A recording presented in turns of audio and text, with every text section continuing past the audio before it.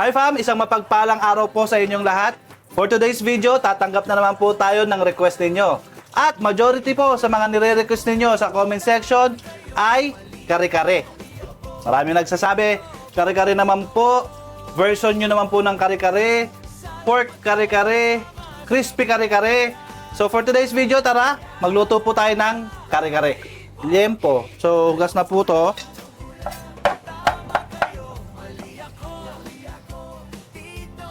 Asin. Asin. Ito po ang pinakaunang step na gagawin natin. Kasi po, yung pagpapakuluan po na ito or yung broth na itong liempo na to is gagamitin naman po natin sa pangsarsa dun sa ating kare-kare. So tara, pakuluan natin to.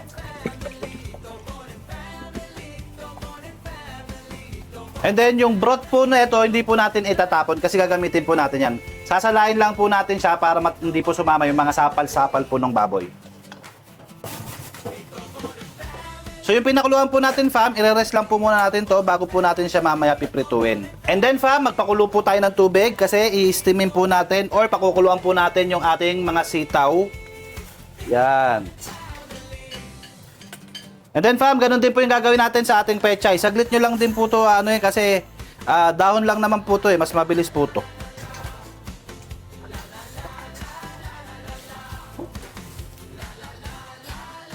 Then fam, magpainit po tayo ng mantika and then yung liempo po na pinakuluan natin kanina, i-fry po natin.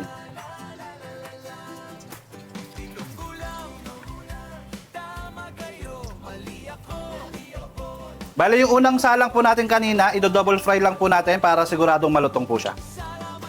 Ito na fam, yung ating crispy liempo. Ayan, mamaya chachapin po natin yan.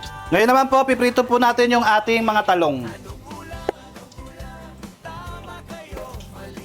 Okay na rin yung talong natin fam, hahangoy na natin to. Lagay po tayo ng atsuete guys.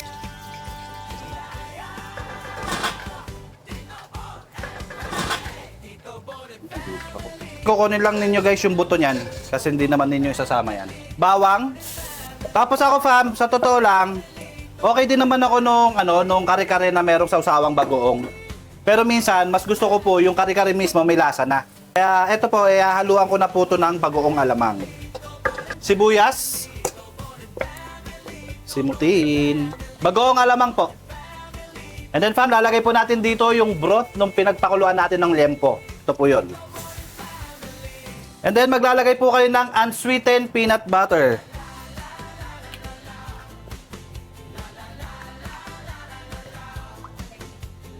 Fam, lagay po tayo ng isang pirasong pork cubes. And then fam, ito po gagamitin nating pampalapot. Nag-grind po tayo nag-blender po tayo ng mani. And then fam, para sa additional na kulay and of course lasa na rin po, bumili po tayo ng Mamasitas kare-kare. Yan. And then titimplahan po natin ng asin and pepper. Fam, habang hinihintay po natin tuluyang maluto itong ating sarsa ng kare-kare, baka naman po pwedeng paki-comment kung taga saan po kayo nang sa ganun po malaman po namin kung hanggang saan po umaabot itong video na ginagawa namin. And of course, nang sa ganun, mabati na rin po namin kayo. At kung hindi rin naman po sa inyo ganun kaabala, baka pwedeng paki-like and share nitong video na ginagawa namin kung gusto mo pa makapanood ng mga ganitong klaseng video. Tara, salin na natin.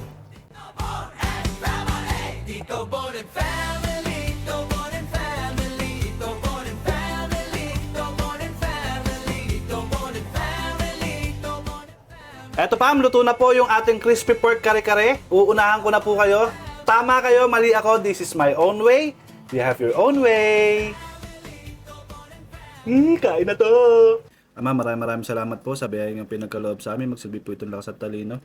Ama, bigyan mo rin po na masaganang pagpapala ang aming mga mahal sa buhay, kahit na rin po yung aming mga manonood. Ama, pakiingatan niyo po kami. Pagalingin niyo po ang aming mga karamdaman. Pagalingin niyo po si Ate Margo. At gayon din po ang aming buong pamilya.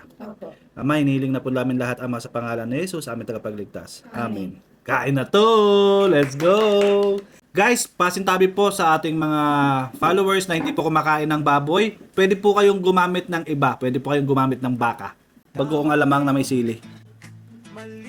Crispy liempo.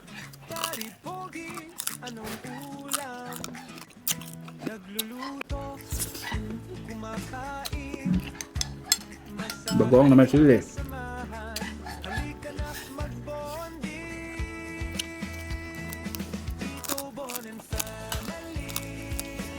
Mm.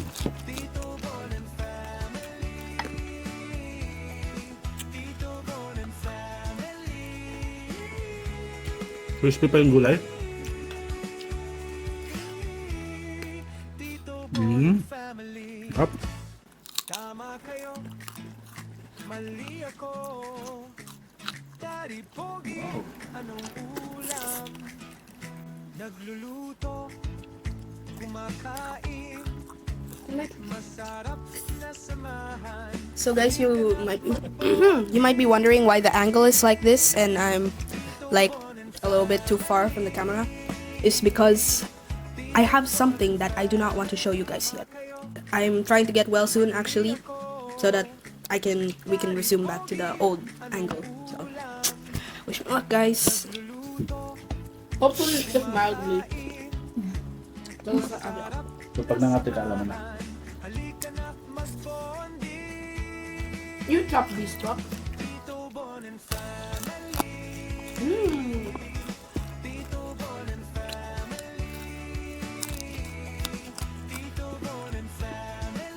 Yeah. Thank you, Lord.